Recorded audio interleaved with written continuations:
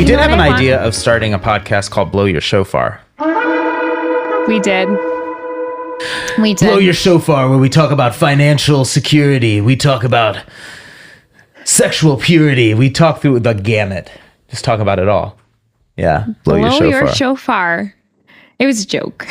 Do it was a joke. Really well with the gay community. That's what I was going to say. There it is. There it is. Oh, it's terrible. Okay, so I would like to open by sharing my favorite parenting moment from this past week. Go ahead. Okay, your favorite part from the week? My favorite part from the week. So one morning, I walked into the room where my 6-year-old was, and he had probably been awake for all of 5 minutes, and he was just like, "Hey, Mom, I just peed out the window." I was like, "Oh, okay. Was there any reason you didn't choose to use the 2 different toilets that we have in our house?" He's like, "Oh, well, Silas was in the downstairs and going upstairs." Yeah, that would have just been, that's it. Ooh, that would have been a trip. Look, efficiency. Which he did just come from the upstairs. But anyway, so, I always say in the life of a boy mom, you just literally never know what's going to happen next. And literally I actually don't know where urine will come from. So much pee. Everywhere pee. Everywhere. Honestly. Everywhere. We shouldn't talk about that. Okay. Hi. We left New York City, but our home smells sometimes like the subway. Okay. I mean, it's not terrible. A little bit. Just the boys' bathroom. Hi, welcome to the Not Crushing It podcast. Not crushing it. Not crushing it with teaching our children not to pee out of the window. Honey, we hope you feel better about yourself listening to us. We are going to continue on talking about stages of faith. Yep. So in our last episode, we discussed the generally speaking, 30,000 foot view. Yeah. Yes. Of these 3 stages of faith that we walk through, not just once, right? Not linearly, but more, what was the word you used? Cyclically. Yes. And so stage 1 was the unveiling stage. And so in this stage, do you want to kind of explain what that is? You seem like you're on a roll right now. Okay, great. You're rolling. So in this stage of faith, you first experience it typically when you give your life to Jesus, right? So salvation. Although I will say there are some people who it's a very quiet entrance into faith, and then it grows over time. But if you are a person who had a very I had this experience, this encounter with God, you probably immediately were thrust into this stage 1 of faith. The unveiling stage is when you essentially you see Jesus, you see God in all of his beauty, and you are just undone by him. You it often, not always, but it's often very emotionally fueled and fueled by feelings. So if you it's just tender, maybe, because I don't want it to have a negative connotation. It's like a childlike intoxication with God, I would say it's the time when you feel liquid love. Yeah. It's the time when you feel liquid love. So yeah, Is that a reference from a song or something? That is the Wesleys. Oh, that they felt liquid love when they saw the Moravians on the boat. Yeah. They felt God's liquid love pouring into their body. So I would say, okay, so it is. So in some traditions, it's called the purgation stage. You're purging yourself of sin, and you're entering into this moment of giving your life to the Lord. And so, it's not a level of necessarily a sensational, there's not a barometer of if it's really sensational, then it's the unveiling stage. It is the entryway into faith. You are beginning your faith journey. Well, the beauty of Christ has been but the when you burning of your heart. But when you return to it again, sure, it's more, I think the word I'd love for us to use is it's just a tenderness. There's just a tenderness towards the Lord. There's there's just a romance about your relationship with him. But it is kind of interesting. So most people do call it the childlike stage of faith because it feels so intense. And it feels so like explosive with love and adventure. And you're just like, yes, Jesus, I'll do anything for you, you know? And if you've ever spent time with young children, they feel very strongly about everything. It is amazing to me how strong a child can feel about a blue cup versus a green cup.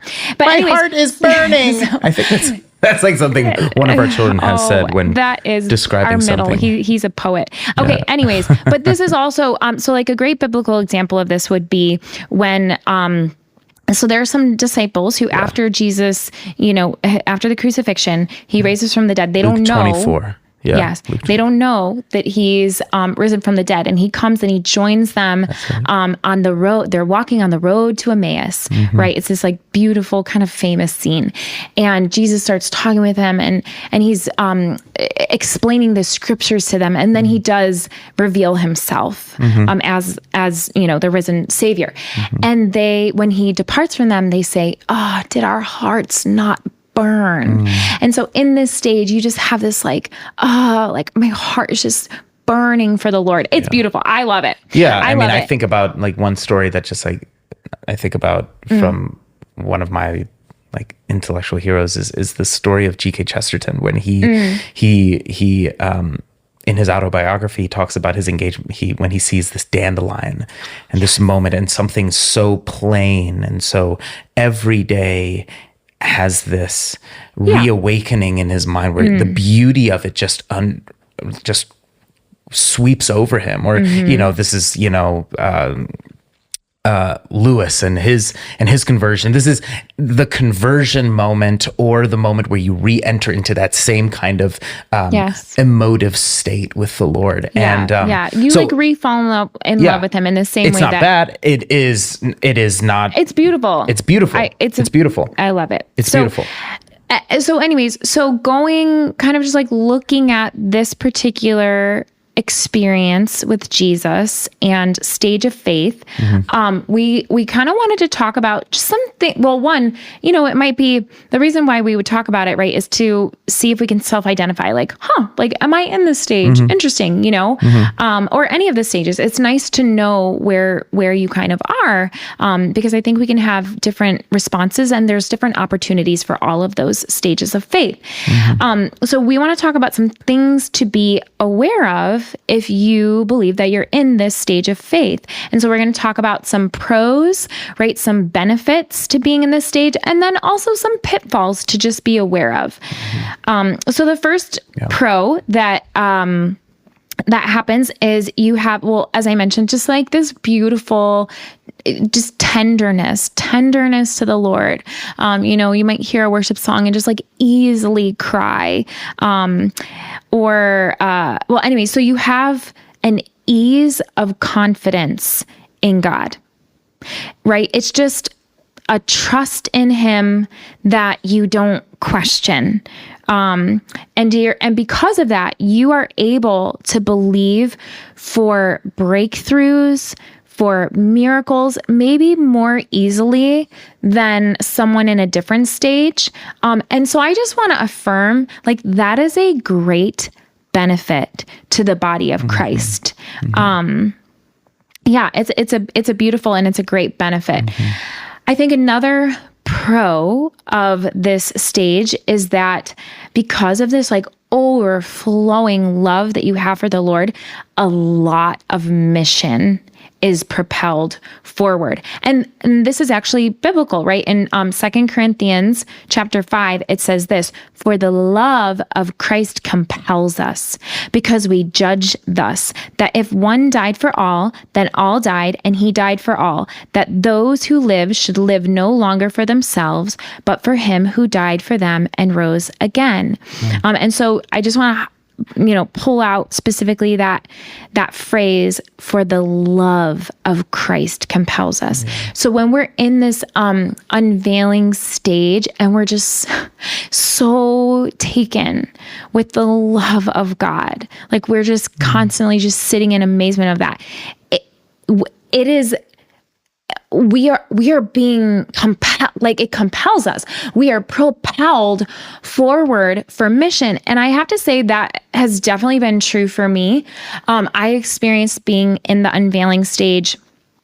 Let's see, I was in grad school, and during that season, oh my gosh, it was one of the most fruitful times, like for me in my own life, of just like sharing the gospel and people actually really coming to know Jesus. You know, when you love something, it's what's the word I'm thinking of? It's like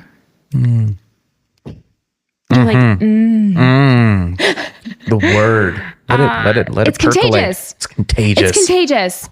No, but it is, right? When someone is super passionate about something, like it is contagious there, or at least there's intrigue. And so I don't necessarily think I was like better at evangelism or something during that season. I just think my genuine, just obsession with God was really compelling for people. So I think it propels mission forward. That's a pro. Okay. Another, pro that we see is serving becomes effortless.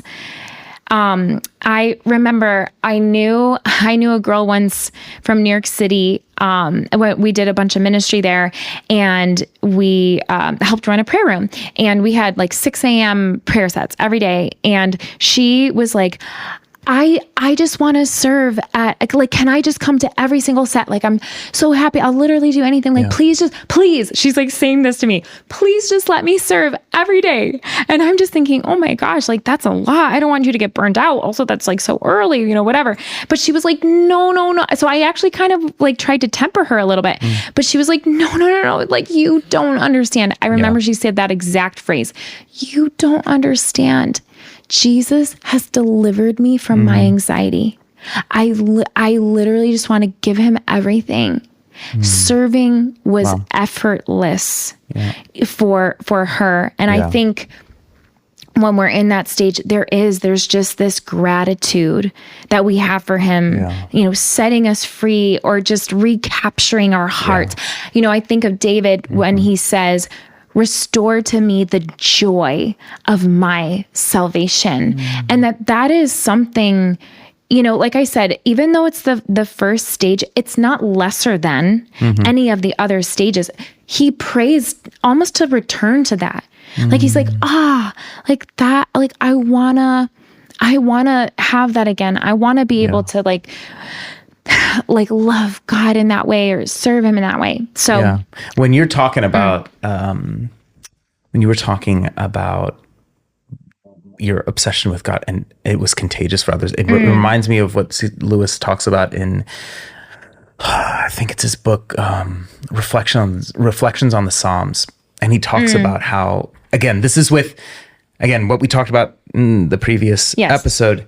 Everyone worships something. Yes. David Foster Wallace says that like there's no such thing as atheism. Like everyone worships, whether it's your body, it's money, it's sex, it's you will bend the knee to something. So the question is not, are you going to worship? The question is, who or what will you worship? Yes. And C.S. Lewis talks in Reflections on the Psalms about how when we glorify, when we enjoy something, we glorify it, we worship it. And he talks about like, you know, if you try out a delicious wine and like, I mean, I've definitely been in this seat. You gotta try this. You gotta try this wine. You gotta do this. I mean, I am the biggest evangelist for riding motorcycles. Oh, you want to feel connected to God and pray like you've never prayed in your life. That's so funny.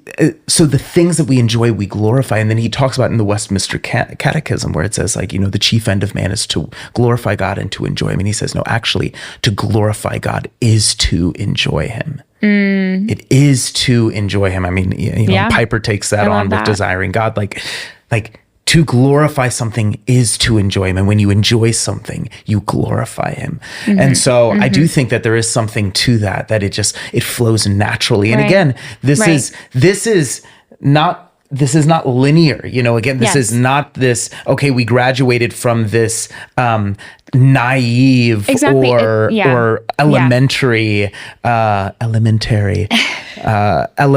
You do say it though, elementary. We say things a little different, but I still love you. We don't graduate into this, and in many ways, this posture is a part of when you are in love with someone. This feeling doesn't dissipate. Yes. It's on the road to maturity. Now, with that being said, there are times. I want to piggyback on that. Jump on my back. Super quickly, because I want to affirm the importance and the importance of this believer's place in the body. And what I would say is, one thing that they contribute is honestly like cultivating almost like a holy jealousy in others, right? Where they like look at someone in that stage. Now, I think probably in our mind, we all have some like high schooler or something, who's like, yes, Jesus, like you can have all of me. But like also some kid at the send with their shoes up in the air. Exactly. Exactly. Oh, wow. That's such a scene. But anyways, but this also can be like the 75-year-old man who's like kneeling out the altar, tears streaming down his face because he's so because he is so just like enraptured by the love of Christ. And anyway, so I just want to say again, to just like affirm it, I think it causes some a good holy jealousy. What is jealousy? It's different than envy. Jealousy is wanting something that's rightfully yours. Envy is wanting something that is not rightfully yours, right? So when we talk about our God being a jealous God, he's jealous for us because we are rightfully his, and so when we see people like having this experience with God, we're like, no, but that is available to me. And we should, so anyway, so I also think it cultivates some holy jealousy around us where it's like, I've definitely looked at, different people and been like, oh Lord, like I want a relationship with you like they have with you, because there's such intimacy. Yeah. Again, like I love what Chesterton says. He says like, like there's the difference between, a world full of miracles and then a miraculous world. And you see in that stage, see your time with the Lord. It is a miraculous world. It is a miraculous world. Now, some of the areas to be aware of, the pitfalls to be aware of in this stage, which I do think perhaps are more maybe more prevalent to those that are beginning in their walk with the Lord are one dynamic because of this very, and I'm careful to use the word childlike, but just because of this very sensational experience, there is a potential to fall into this quid pro quo kind of dynamic. If I do this, then this will happen. Right. If I tithe, I will have financial stability. If I save myself for marriage, I will have a wonderful spouse. There is this dynamic that can fall into place, and that's so good. And I remember John Mark Comer talking about this one time, saying he brought up the Proverbs and how Proverbs is was one of the most controversial books to be canonized in Scripture because of the spiritual detriment that it could bring about if Proverbs for a wise life were taken out of context and taken as promises from the Lord. Wow. And this is something that we have to be mindful of and careful of in a season of sensationalism, in a season where it's extravagant. We can easily formalize that and say, oh, this is now how the walk with God is always going to be. Graham Cook talks about this in a small little book, and he equates this with marriage, and he's like, the honeymoon is not a season intended for learning about your marriage. The honeymoon is meant for overeating and sex. That's what it's for. It's for excursions and sleeping in. Feasting. Let's use a little bit more biblical language there. Feasting and knowing thy spouse. He's like, the time that you learn about marriage is when you go through financial instability. Or you have a miscarriage. You know, these are the moments when you deepen in your marriage, not when you're out on the But that's in the when Caribbean. you grow. Yeah. That's when you grow. Yeah. And so I do think that that's one thing to be aware of, to not fall into that dynamic where because what that dynamic does, the downfall to that dynamic is that when things don't go your way, and they will, it's inevitable. There will come a time where you will pray and it will sound it will seem as though there's silence. And in that moment, if you have equated that, if you have made the spiritual walk is this dynamic of I do this and God does this, then there will be an incongruence in that moment. You will start equating that as the absence of God. There will be a deeper mistrust in the Lord because hang on, wait a second. Or maybe an introduction of mistrust, depending on what, where you are. But okay, I think you're getting a little ahead of us. Am I going ahead? Just a titch. I'm always going ahead. Just a titch, just okay. It's going a little fast so I'm gonna over here. Back us up just a moment to talk about a few other things to be aware of as far as like pitfalls. And then, because what you're essentially starting to describe is the transition out of the unveiling stage. So yes. So just like one of the pitfalls, if you are in the unveiling stage, is that you can, not always, but you can misjudge others' relationship with God because it doesn't seem as like radical or zealous or sensational as yours. And so you might like write off someone because you're like, they don't understand. But like actually maybe they do. And like maybe they've just like walked through some really hard things and it just when you've been with a person for a long time in a relationship and there's trust there, it's okay to have a silent car ride. You know what I mean? So anyway, so there can be a little misjudgment that can happen. I also would say it's easy to make emotion-driven decisions in this phase. Because in this stage, there can be that like tenderness, that emotion, or feelings. You might make decisions based off your narrow experience because of what you're feeling. And I just want to say that this has happened to me before. Okay. Like I was in an unveiling stage. Totally just like, whoa, like I'm totally coming alive in the Lord. I'd gone, away to do a ministry internship.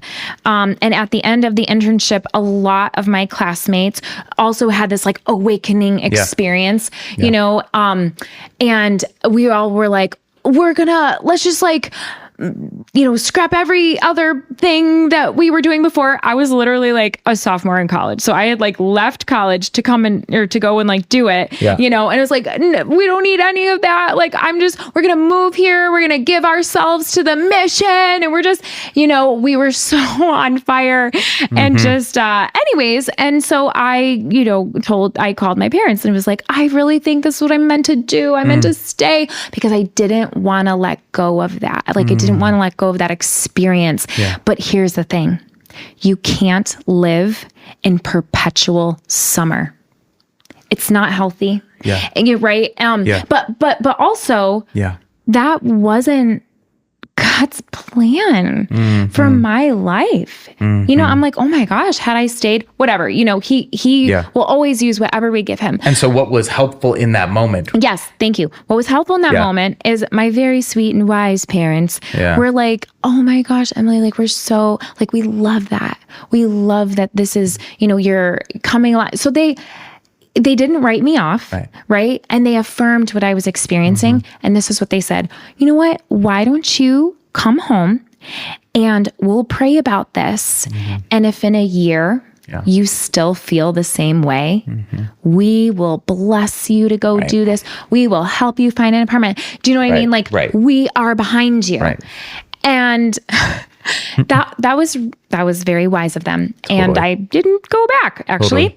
And so I guess what we would say is, that's something to be aware of. And so here's what you need to have in place if you self-identify as being in this stage. You have to live in community with other believers who are wise, right? And discerning, and allow them to speak into your life, especially if you're wanting to make maybe like life-changing decisions. Okay. And then lastly, as far as a pitfall, is this okay? Can I keep going? Okay. Please. We can make an assumption that what we feel in this stage is the standard for real faith and real relationship with God. Now, here's the downside to that. It's not the standard. Like it's actually not. And then you're always going to want to go back to that. Like even when God is inviting you on, you will discredit. You'll be like, oh, and I actually, like, I confess, I have for sure done this. Like I have even lamented to you before. I'm just like, I just want to go back to that summer where, whatever. I felt so, and this is what often you'll hear is like, I just felt so close to God. And it's like, oh my gosh, yes. But I guess he wanted something deeper with you, sorry, I lost my train of thought, but there was one other, do you want to say something? I wanted to say that I actually just don't think we're always meant to be in this stage. Well, I don't think you're actually meant to be in this stage forever. There is, I think that's one of the, if you were to do a diagnosis on the state of the Western church as a whole, you would find a deep unrest in many hearts, not in the same way as like maybe in the mid 2000s with like the rise of secularism or maybe the rapid identification of secularism and Charles Taylor being quoted by every pastor in every sermon, but like this fatigue, this fatigue of, I don't know if I can keep this up. If I don't keep this up, is it actually real? Can I be faithful and fruitful if it isn't extravagant? If it doesn't seem like this, is it actually, if it's not visceral and cause a sense of wow and is liked 1,000 times on Instagram, like if it's not drawing massive attention, is it actually something real? And so, and you see this with the trend of Gen Z of moving towards more tradition and more aspects that have been a part of Christianity for thousands of years. This understanding that maybe a perpetual summer, spiritually speaking, is another way of saying being addicted to a dopamine, to a level that is, look, dopamine it is something that is within us, that is healthy, that is something that is needed in certain elements. But if you live on dopamine, it will actually draw you to a place of depletion because your body's not meant to be consistently pounded with dopamine. And so there is this, I love that you say this perpetual summer because it reminds me of something that our mentor said to us quite recently, where he talked about the health of a tree. And he said, how do you measure the health of a tree? The health of a tree is measured, and you measure this by large trees, or you measure this by trees when they're grown. By any tree. And you don't measure it by the light aspects of. If you cut the tree in half, you don't measure it by the light tones. The rings. You measure it by the dark rings, and the dark rings are produced in the winter. And so, the health of a tree is shown by how they navigate the winter, not how they enjoy the summer. Right. Now they're both needed. Yes. No, I amen to everything that you're saying. And maybe just to bring it back to, I don't know, just our everyday life that we can like really comprehend. To me, it's similar to when you initially fall in love, right? It is euphoric, right? Like it's euphoric. And I know we've talked about like, even as relationships go on, you can return to that stage. But a lot of people, once that euphoria ends, they're like, oh, it doesn't feel like how it used to. Yeah. And so they break up. Yeah. Hopefully more so in dating, right? But they break up and then they go to the next person and it's like, oh my gosh, like, and they become addicted not to love, but to that infatuation. Mm-hmm. Do you understand what I'm saying? Yeah. And so, yeah. So that's the pitfall, is that we make an assumption that what we feel in that stage is how our journey or in our relationship with God should always feel. And if it doesn't feel like that, then we've become lukewarm. Yeah. Now, So you started kind of moving us into the transition. Mm-hmm. Right? So let's talk about that. Yeah. So, I mean, quickly, I think that when, as I said before, there will come a moment when the things that worked in one season won't seem to work. Mm-hmm.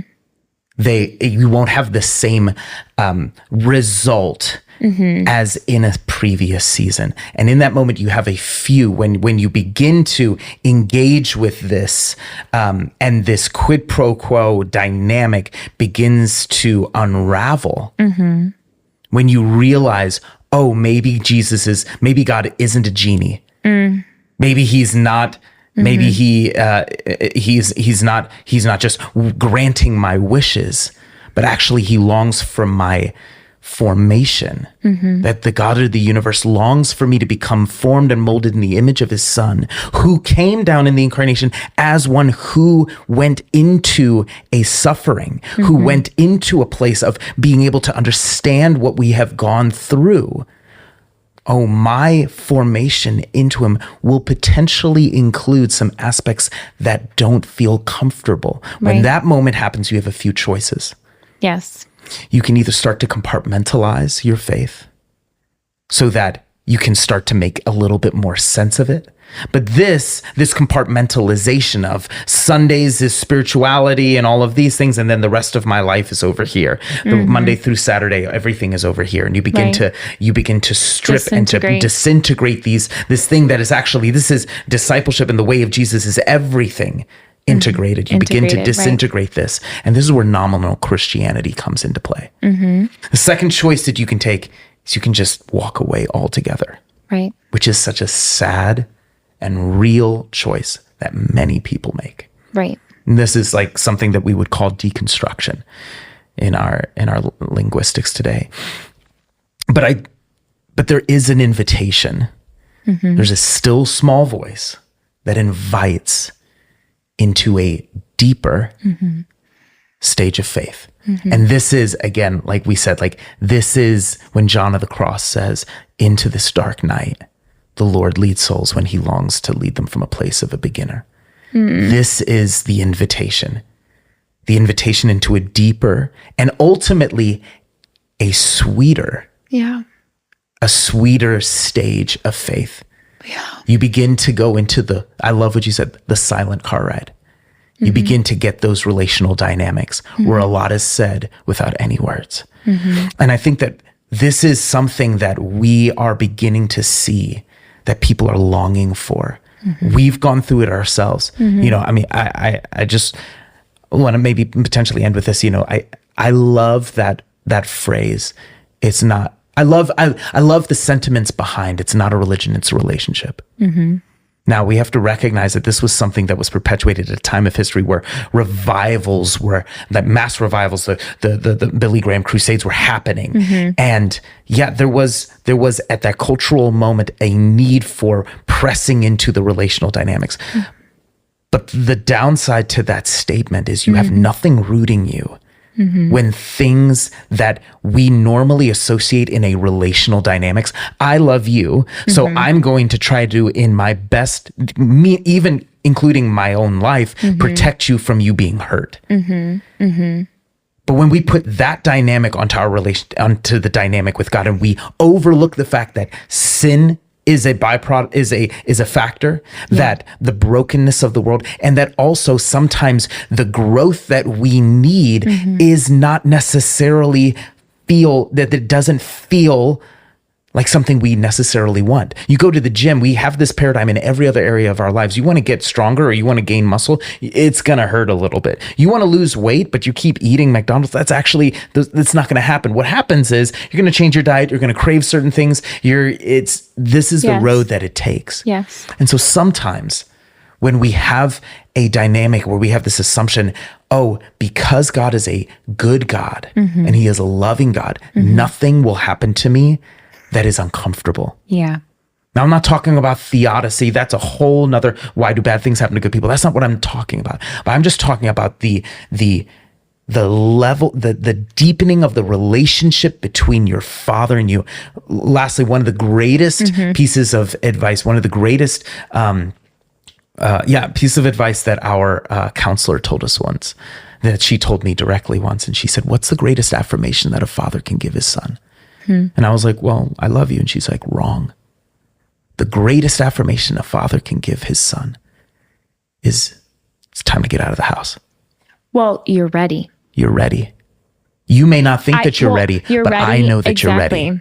You're ready, and I believe in you. And that in the moment on your own 2 feet. Doesn't feel great. I want to hear dad say, no, here are the keys to the car, and here's $20 to fill up the gas. And what he's saying is actually, it's time for you to start doing taxes.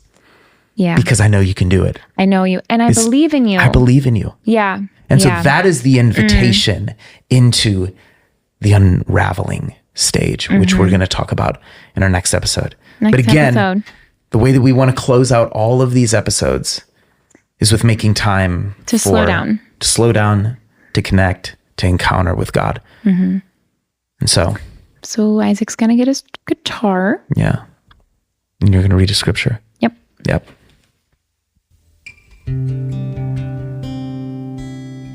Psalm 27 says this, a psalm of David, a man after God's own heart, the poet warrior, a man who felt extreme emotion, says, one thing I have desired of the Lord, and that will I seek, that I may dwell in the house of the Lord all the days of my life, to behold the beauty of the Lord and to inquire in his temple.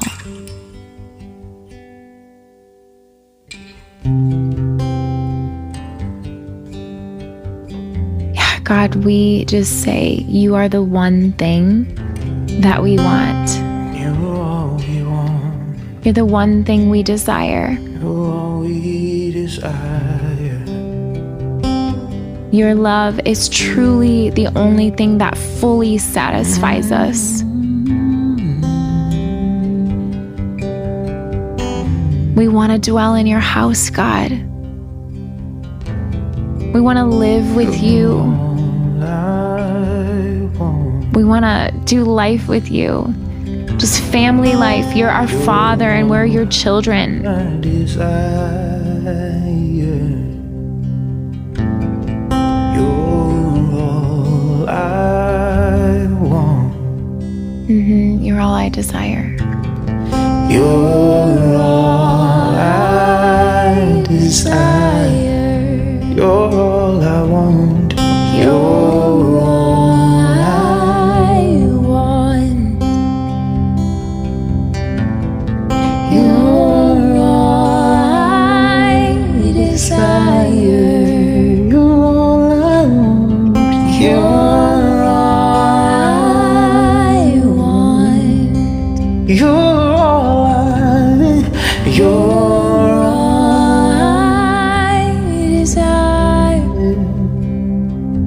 Turn your eyes upon Jesus. Look full in his wonderful face, and the things of earth will grow strangely dim in the light of his glory and grace. Turn your eyes upon Jesus. Look full in his wonderful grace, and the things of earth will grow strangely dim in the light of his glory and grace. Oh, let our hearts burn.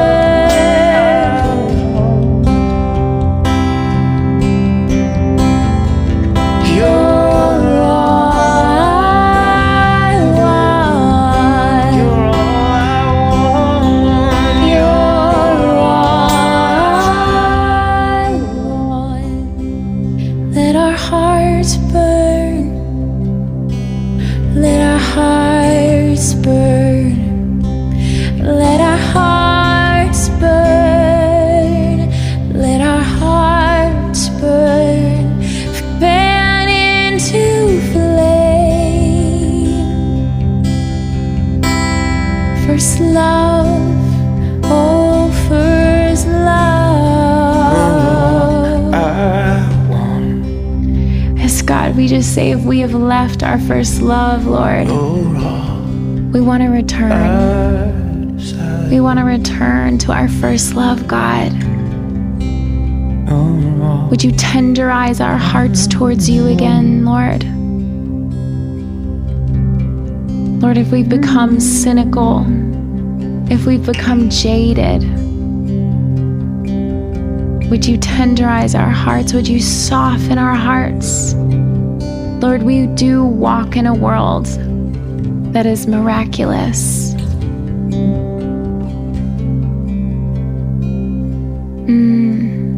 Sing it one more time. So turn your eyes upon Jesus. Look full in his wonderful face, and the things of earth will grow strangely dim in the light of his glory and grace. And the things of earth will grow strangely dim in the light of his glory and grace.